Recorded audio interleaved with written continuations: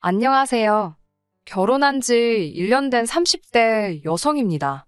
한창 신혼의 단꿈에 젖어 있어야 할 제가 이런 사연을 쓰게 된 건 바로 양심을 팔아먹은 시어머니와 신우 때문입니다. 진짜 현실 세계에 이런 인간들이 존재를 한다는 게 믿기지가 않네요. 남편과 저는 지인의 소개로 만났어요. 저보다 3살 많은 남편은 식당 2개를 운영하는 자영업자입니다. 저는 중견기업을 다니는 평범한 회사원이고요. 처음에는 둘 다 결혼 생각까지 하고 만난 건 아닌데 만나다 보니까 여러모로 잘 통하더라고요. 어느 순간부터 우리 둘이 결혼하면 이런 대화가 오고 가면서 언젠가 결혼하면 이 사람이랑 하겠구나 싶긴 했지요. 그리고 한 1년 반 정도 교제 후에 본격적으로 결혼 이야기가 나오기 시작했습니다. 남편의 식당은 주로 포장 손님이 많습니다. 그래도 매장 손님을 안 받을 수는 없으니까 저녁 시간에 대부분을 식당에서 보내지요. 월 매출은 2곳 합해서 적으면 7, 800 많으면 900에서 1000 사이로 법니다. 적은 수입은 아니에요. 제 경우에는 연봉은 5000대 후반으로 세금이나 이런 거 저런 거 제하고 나면 월 400 조금 넘습니다. 남편에 비하면 적은 편이지만 회사에서 주는 복지나 혜택 등을 고려하면 직장인치고는 나쁜 편은 아니에요. 결혼할 때 남편은 결혼에 쓸 수 있는 여유 자금으로 1억이 있었고 저는 6천이 있었습니다. 그리고 당시 저는 보증금 3천짜리 반지하에서 전세를 살며 자취 생활을 하고 있었어요. 결혼 당시 양가 도움은 받지 않았습니다. 원래는 친정에서 얼마 정도 보태주고 싶다 하셨는데 시댁에 갑자기 사정이 생겨서 하나도 도움을 받을 수 없었거든요. 남편이 시작부터 양가에서 도움을 받는 것도 내키지 않았는데 처가에서만 도움받는 건 더더욱 싫다고 했습니다. 맞사위로서 체면이 살지 않는다나요. 그때는 몰랐는데 사실은 남편이 알고 있었더라고요. 저희 부모님이 당신들 노후자금에서 얼마 정도를 땡겨서 저희를 도와주려고 하셨다는 걸요. 남편이 그걸 알고 나서 마음이 너무 불편했답니다. 그래서 자기도 사람이니까 물론 욕심이 나기는 했지만 에라 모르겠다라는 기분으로 그냥 안 받는다고 질러버렸대요. 그 속사정을 알고 난 후 시댁에서 해주고 못 해주고를 떠나서 항상 남편한테 고맙게 생각하고 있어요. 당시 시댁에서 저희를 도와주실 수 없었던 건 신우네에게 일이 생겼기 때문입니다. 신우 남편은 전업 투자자라고 들었어요. 집에서 주식도 하고 코인 투자도 하고 그런다고 해요. 원래는 착실하게 중소기업을 다니던 직장인이었는데 안 좋은 일에 휘말리면서 회사에서 잘렸다고 들었습니다. 회사 공금 대략 1억 정도에 손을 댔다는 것 같아요. 그런 이유에서인지 남편은 신우 남편하고 사이가 그다지 좋지 않아요. 남편은 성실하고 책임감이 있는 성격이거든요. 개미와 배짱이로 치면 개미 같은 사람입니다. 신우 남편은 전형적인 배짱이고요. 아무튼 그런 신우 남편이 저희가 결혼할 무렵 투자를 잘못하는 바람에 큰 손해를 봤다고 들었습니다.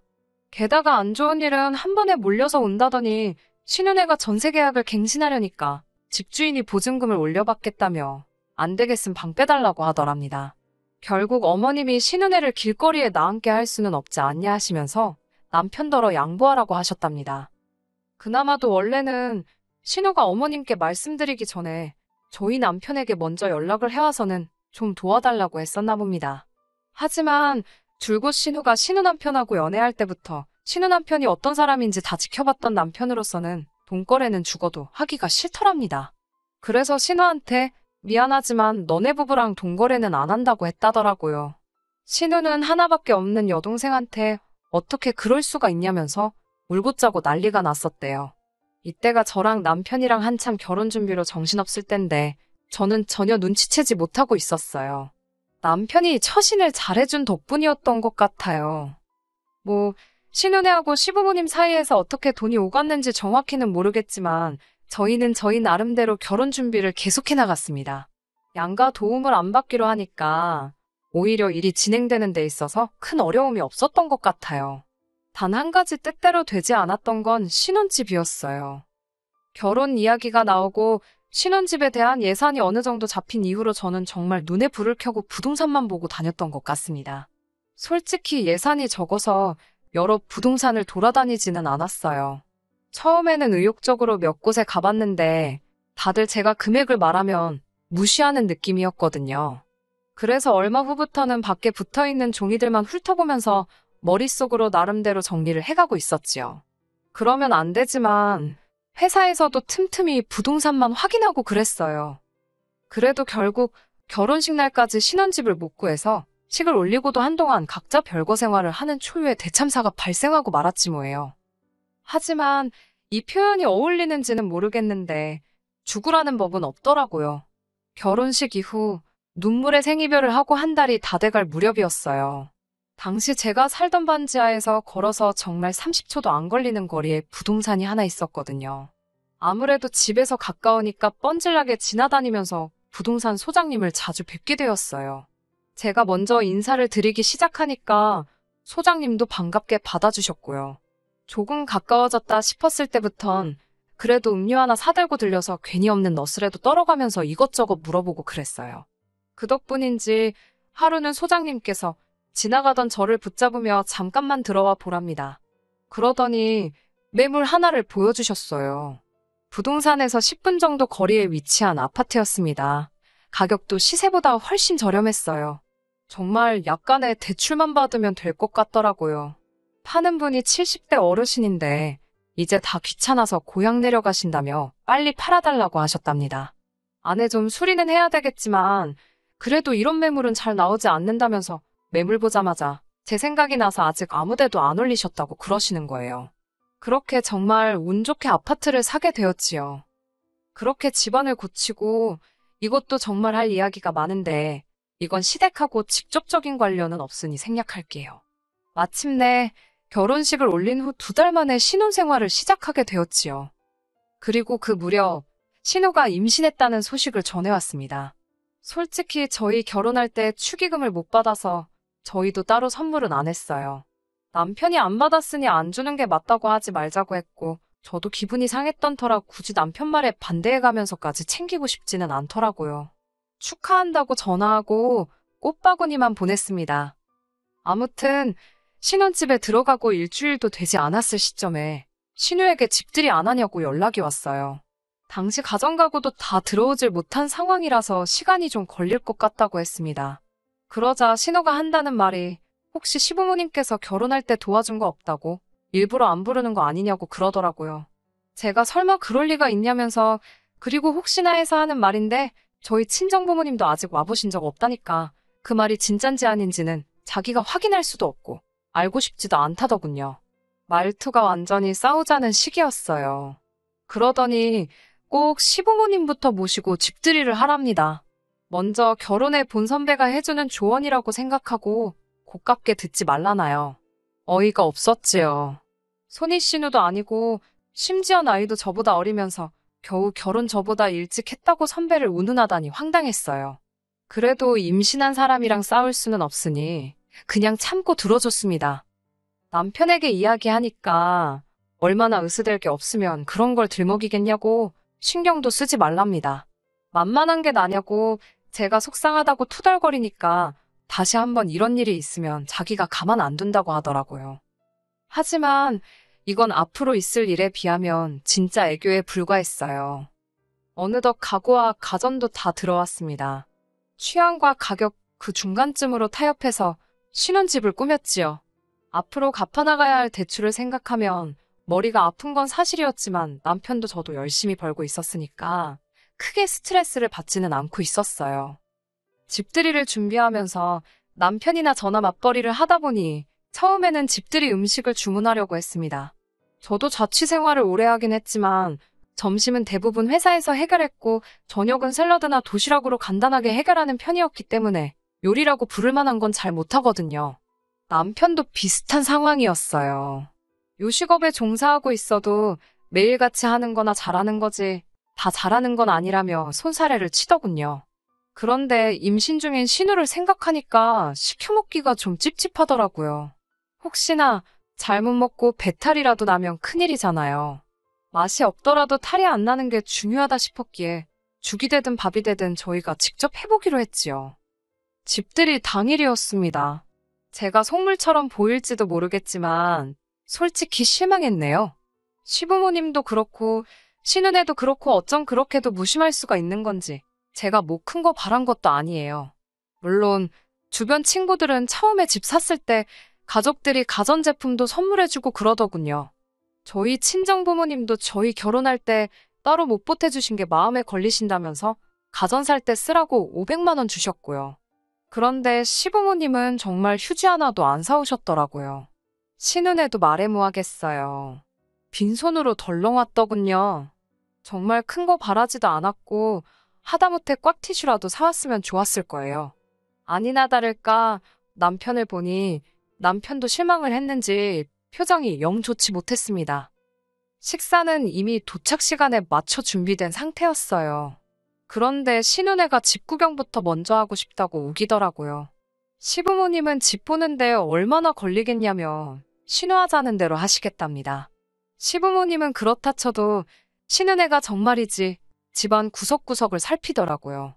그래봤자 20평대 아파트라 볼 것도 많이 없었지만 안방까지 들어가서는 서랍장까지 열어보는데 어이가 없었어요. 거긴 뭐하러 열어보냐니까 제가 어떻게 정리해놓고 사는지 궁금해서 봤답니다. 원래 하고 다니는 거 멀쩡한 여자들이 집은 지저분하다면서 언니는 어떤가 궁금했답니다. 신우는 본인이 말해놓고 뭐가 웃긴지 쿡쿡거리더군요. 진짜 제 여동생이면 한 대 쥐어패고 싶었어요. 이 모든 상황을 시부모님은 옆에서 보시면서도 별 말씀을 안 하시더라고요. 고작 신우한테 한다는 말씀이 너는 별게 다 궁금하다면서 어려서부터 신우가 호기심이 많았답니다. 그 와중에 신우 남편은 더 얄밉게 이 가구가 벽지랑 안 어울린다. 이 조명은 좀 산티가 난다. 그러면서 혼자 품평회를 하고 있었고요. 부부가 어쩜 그렇게 똑같이 꼴배기 싫은 소리만 해대던지 그냥 다들 빨리 갔으면 좋겠다는 생각뿐이었어요. 그래도 나름대로 기분 나쁜 티를 안 내려고 했는데 남편이 제 기분을 읽었는지 빨리 식사부터 하자며 서두르더군요. 시부모님은 저희가 차린상을 보시더니 뭘 이렇게 많이 준비했냐며 고생했다 말씀해 주셨습니다. 저희 입에는 괜찮았는데 어머님 아버님 입에는 맛이 어떨지 몰라 긴장이 많이 되었어요. 아버님께서 먼저 맛을 보시더니 따봉을 보여주시면서 맛이 끝내준다 하셨습니다. 그러자 남편이 제가 거의 다 한 거라며 저를 치켜 세워주더라고요. 사실은 남편이 거의 다 하고 저는 보조역 할 정도만 했기에 좀 민망했지만 기분은 좋았어요. 그리고 다 같이 식사를 시작하고 정말 2, 3분이나 지났을까요? 갑자기 신우가 자기 아랫배를 붙들고는 대굴대굴 구르면서 배가 너무 아프답니다. 속이 너무 이상하다면서 토할 것 같다고 저더러 음식에 뭘 넣었냐고 고래고래 소리를 지르더라고요. 제가 넣긴 뭘 넣냐고 대답을 하긴 했지만 순간 정신이 하나도 없었어요. 혹시 내가 정말 무슨 실수라도 한 건가 싶어서요. 제가 남편에게 당장 119를 부르라니까 신우가 부르지 말라면서 일단 좀 쉬어야겠다고 그러더군요. 그러더니 자기 남편더러 저희 안방으로 자기를 데려다 달라는 거예요. 작은 방을 손님방으로 만들어 둔 터라 그 방에도 소파베드가 있었는데 자기는 임산부라서 푹신한데 눕고 싶다나요. 아프다니까 뭐라고도 못하고 안방 침대를 그대로 내줬습니다. 이때부터 뭔가 미심쩍긴 했는데 진짜 아픈 걸 수도 있으니까 차마 추궁하기도 뭐하고. 그 와중에 어머님은 저더러 음식 만들 때 뭐뭐 넣었는지 읊어보라고 하시더군요. 그러자 남편이 사실은 제가 만든 게 아니고 본인이 했다고 말했습니다. 어머님께선 그 말을 들으시고는 사내 새끼가 아내 잘못을 싸고 도는 것만큼 꼴보기 싫은 게 없다면서 너는 빠지라고 그러셨어요. 억울했지만 남편이 좀 전에 제가 다 했다고 했으니 어머님이 오해하실 만도 했지요. 저는 어머님께 특별히 다른 재료 넣은 거 없다고 불고기 재료가 다 거기서 거기지 별다른 게 들어갈 게 뭐가 있겠냐고 말했습니다. 너무 억울해서 말도 잘 안 나오더라고요. 저는 계속해서 제가 뭔가 잘못 넣었으면 왜 다른 사람들은 괜찮냐고 어째서 신우만 아프겠냐고 물었지만 어머님이 저를 보는 눈빛은 말 그대로 너 내 딸한테 무슨 짓을 한 거냐 이거였어요. 정말 속이 상하고 답답했지만 어떻게 제 잘못이 아니라고 입증할 방법이 없었습니다. 제가 신우에게 이러지 말고 병원에 가자고 했지만 병원은 가기 싫다면서 안방에서 안 나오고 버티더라고요. 집안 분위기는 얼음장처럼 차가워졌고 시어머니께서 내가 타셨는지 단단히 잠긴 안방문 앞에서 신우를 달래느라 씨름을 하고 계셨습니다. 많이 아픈 거냐? 괜찮냐? 대답 좀 해봐라. 엄마 쓰러지는 꼴 볼래? 집에 갈래? 어떻게 해줄까? 다 나열하기도 힘드네요. 30분쯤 지났을까? 신우가 한다는 말이 제 사과를 받고 싶답니다. 억울하고 황당했어요. 신우는 계속 제가 한 음식 때문에 아프다면서도 정작 안방문 뒤에 숨어서는 나오지도 않고 병원도 안 가고 이제 저더러 사과까지 하라니. 어머님께서는 얼른 저더러 사과하고 달래서 병원에 데려가라 하셨어요. 저는 사과는 못한다고 버텼습니다. 사과를 하더라도 신우가 병원에 가는 게 먼저라고요. 병원에서 정말 음식 때문에 배탈이 났다고 하면 제가 그때는 사과를 하던지 보상을 하던지 하겠다고 했습니다. 솔직히 그 시점에는 전 신우가 꾀병이라고 거의 확신하고 있었어요. 왜냐하면 신우가 화장실을 안 가더라고요. 어머님은 저더러 지독하다면서 잘못을 했으면 인정을 해야지 윗사람이 좋은 걸 보인다면서 저 그렇게 안 봤는데 실망이랍니다. 그때 신우가 집에 간다며 다 죽어가는 표정으로 방에서 나오더라고요. 제가 붙잡아서 말도 붙여보기 전에 신우 남편이 저더러 손대지 말라면서 그러는 거 아니랍니다. 하지만 얼마 뒤 저는 정말 충격적인 사실을 알게 되었습니다. 얼마나 놀랬던지 온몸에 소름이 끼쳤고 정말 사람이 이렇게까지 못될 수도 있다는 걸 배웠습니다. 신우의 배탈 사건이 있은 후 신우는 저에게 보상금을 요구해왔습니다. 제가 만든 불고기를 먹고 극심한 복통과 스트레스에 시달리게 되어 아기 천사를 잃을 뻔했다면서 정신적 피해 보상금을 달라고 했습니다. 황당하고 어처구니가 없어서 말도 안 나오더라고요. 남편도 기가 찬다면서 자기 여동생이지만 아무래도 정신줄을 놓친 것 같답니다. 사실 더 심하게 욕했는데 여기다 차마 적을 수가 없네요. 그러더니 며칠 뒤 같이 시댁에 가서 시부모님과 진지하게 상의를 해보자며 그날은 장사도 일찍 접고 집으로 왔더라고요. 시댁에 간다고 연락은 드렸냐니까 드리면 또 신우가 알게 되고 그러면 또 여우 같은 게 어머님 아버님한테 쑥덕쑥덕거린다고 그럴 틈을 주면 안 된다면서 기습하듯이 가자고 했습니다.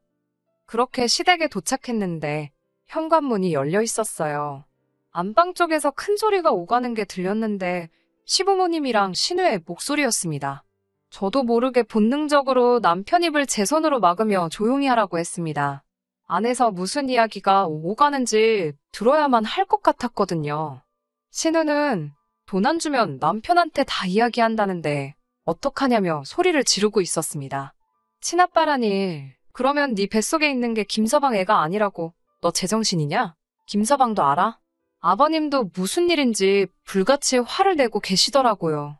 3천만 주면 다시는 안 나타날 거래. 일단 돈부터 받아서 주고 나중에 갚을 거야. 갚으면서 그때 사정이 있어서 그랬다고 잘 설명하면 이해해주겠지. 지금 내가 무슨 소리를 들은 건가? 설마 내가 생각하는 게 맞나? 설마 그럴 리가 싶어서 차마방문을 열지 못하고 있는데 어머님 목소리가 들려왔습니다. 어쩌겠냐고 이렇게 된 이상 어떻게든 네 올케한테 돈 받아내서 입막음 하랍니다. 아버님께서는 어머님더러 미쳤냐고 지금 뭔 소리를 하냐며 역성을 내셨지만 어머님께서는 그럼 이제 와서 얘더러 뭐 지 올케한테 가서 자진납세라도 하라고 하냐고 아니면 뭐 김서방한테 자진납세 시키고 이혼녀 만들어야 직성이 풀리겠냐면서 오히려 적반하장으로 나가시더군요. 당신은 당신 딸이 며느리한테 가서 언니 제가 거짓말했어요. 잘못했어요. 하고 빌었으면 좋겠냐고 어머님이 악을 쓰시는데 붙잡고 있던 남편 손이 부들부들 떨리는 게 느껴지더라고요. 저와 남편 중 누가 먼저랄 것도 없이 방문을 열었습니다. 저희를 본 시부모님과 신우 모두 마치 귀신이라도 본 것 마냥 소스라치게 놀라더군요. 제가 신우에게 어떻게 사람이 그따위로 살 수가 있냐고 소리를 질렀습니다. 그러자 신우는 자기 애가 듣는다며 저더러 목소리를 낮추랍니다. 시어머니도 저더러 말이 너무 심한 거 아니냐며 네가 뭘 안다고 나서냐네요. 아버님께서는 집안꼴 잘 돌아간다면서 애미라는 사람이 젖따위니 딸도 젖따위로 컸다며 욕을 내뱉으시고 나가버리셨습니다. 아버님이 나가시자 남편이 갑자기 제 앞에서 무릎을 꿇더니 미안하답니다. 이런 어머니를 시어머니로 모시게 하고 이런 여동생을 신우로 만나게 해서 정말 미안하답니다. 그러면서 남편은 어머님께 정말이지 이렇게 인품도 양심도 없는 사람들이 내 가족인 게 수치스럽다면서 다시는 연락하지 말라고 하더라고요. 어머님은 어안이 벙벙한 표정으로 어떻게 그런 말을 할 수 있냐며 남편에게 따지셨지만 남편은 그 어느 때보다 냉정한 표정으로 길에서 만나도 아는 체도 하지 말라고 하더군요. 자기가 죽어도 찾아오시지 말라면서요. 남편은 곧이어 신우에게 네 올케한테 제대로 사과하라고, 그러지 않으면 네 남편한테 내가 다 이야기할 거라고 엄포를 놓더라고요. 저는 이때만 해도 남편이 신우한테 그냥 겁주려고 하는 소린 줄 알았습니다. 일주일이 지나도록 역시나 신우에겐 아무런 연락이 없었지요. 딱 한 번 진짜로 돈 안 해줄 거냐는 연락 빼고요. 문제는 저희 남편은 한다면 하는 사람입니다. 결국 남편은 신우 남편에게 진짜로 연락을 했더군요. 딱 한마디 했대요. 애가 태어나면 친자검사나 꼭 해보라고요. 신우 남편이 갑자기 그게 무슨 소리냐고 따지고 들길래 네 마누라나 장모한테 가서 물어보라고 했답니다. 그러면서 한다는 소리가 그래도 여동생이라서 애 태어나기 전에 자기 입으로 자진납세할 기회는 준 거라네요. 솔직히 팔은 안으로 굽고 부모 자식은 천륜인데 언젠가는 다시 만나게 되지 않을까 그런 생각은 들어요. 그걸 제가 언제까지 막을 수는 없겠지요. 뭐 지금도 제가 막는 건 아니고 남편이 선택한 일이지만요. 그래도 당장은 남편이 든든하게 제 편에 있어주니까 다행이다 싶습니다. 훅이라고 해야 될지는 모르겠는데 남편의 고집으로 결국 저희는 새 집에 얼마 살아보지도 못하고 이사를 했습니다. 시댁 식구들이 저희 집 주소하는 게 찝찝하다면서 남편이 이사를 강력히 주장했거든요. 지금 이사 온 곳은 시댁 식구들은 아무도 몰라요. 그리고 요 근래에는 아버님하고만 연락을 주고받으며 지내고 있습니다. 사실 그 사건 당시 아버님의 반응은 그래도 정상이셨잖아요. 그래서 아버님께 연락이 왔을 때 피할 이유가 없었습니다. 오히려 좀 반갑기도 했었어요. 아버님께서는 결혼할 때 하나도 못 해준 것도 미안하고 집들이 망친 것도 미안하고 여러 가지로 마음에 걸리는 게 많으셨다면서 저희에게 800만 원을 주셨습니다. 이 큰돈이 어디서 난 거냐고 여쭈니까 시어머니랑 그날 이후로 하루가 멀다하게 싸우시다 얼마 전 홧김에 시어머니 차를 팔아버리셨대요. 그리고 신우네는 이혼하기로 했답니다. 신우가 돈을 준다 말만 하고 안 주니까 친아빠란 사람이 작정하고 나타나서는 신우 남편한테 다 불었답니다. 웃긴 건 신우 남편한테도 오래전부터 여자가 있었나 봐요.